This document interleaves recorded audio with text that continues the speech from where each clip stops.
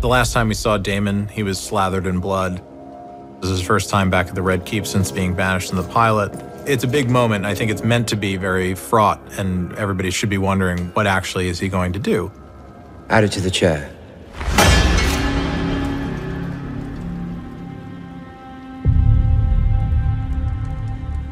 We thought he should come back seemingly a changed man and then turn out to be exactly the same as he was before and continue with his unpredictable nature.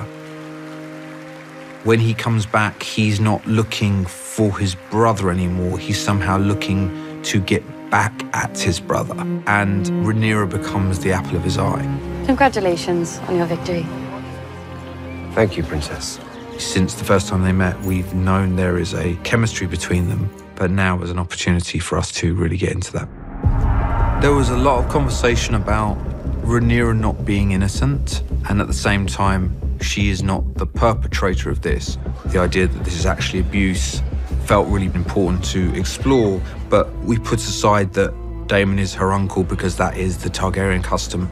Directing scenes like that can be really difficult. It's a big responsibility, and it's important to shoot it from the right point of view.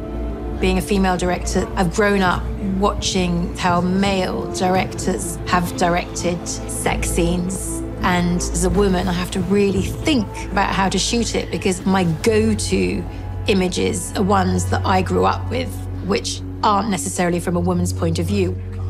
Now we're at a point where we're like, no, what is the woman's point of view here? And it was really important for it to be a scene where people were equally enjoying themselves and freeing themselves from the constraints of the world that they've been living in. The brothel days were really funny. I never thought I would say that sentence out loud, but here we are.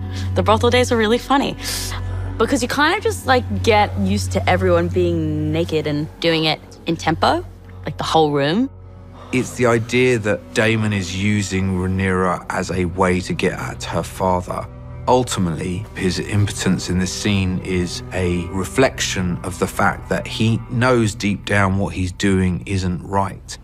He thinks it's shocking to her, but she doesn't just get shocked, she gets excited by it. And when that happens, he has nothing. And he basically can't handle not being in charge or in control. I think what it's saying there is that young women want sex as much as young men. This often happens in Daemon's life. The people closest to him get lured in and think that, oh, maybe he's changed, maybe he's a new person. Then he just proves again and again that he's still Daemon. He awakens something in her, which is her perception of sex as a pleasure. She comes home and Kristen Cole seems to be the nearest person available. It's very much against his oath. He's sworn an oath of chastity to put on the white cloak, but he's also carried a torch for her, and that's it, and everything changes from that point forward for Rhaenyra. Otto tells tale of Rhaenyra's doings in the city.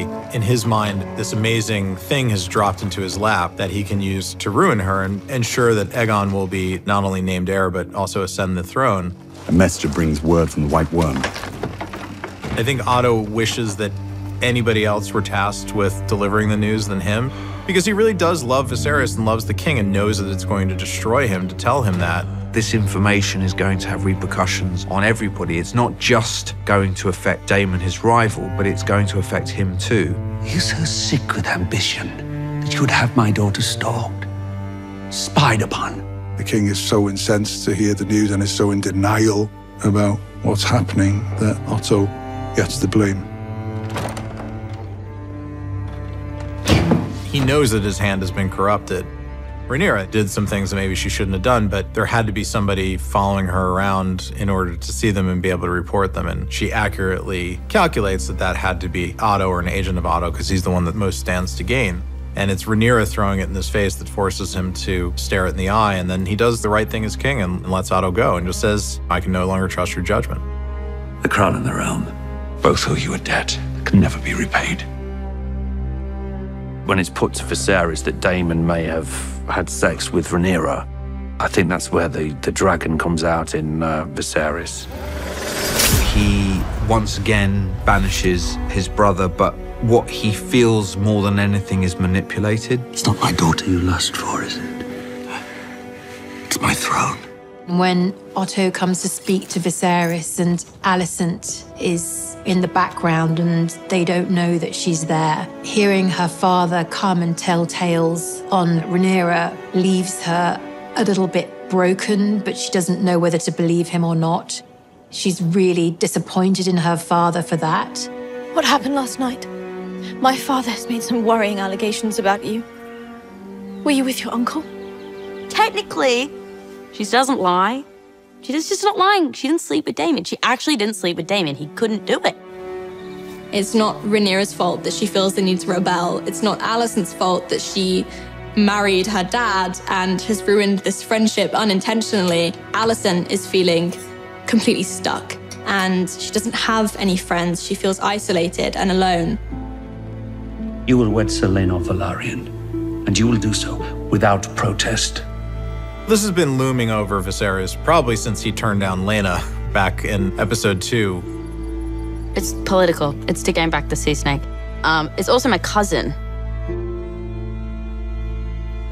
It's Game of Thrones though, but still, it's that. Yeah, so yeah.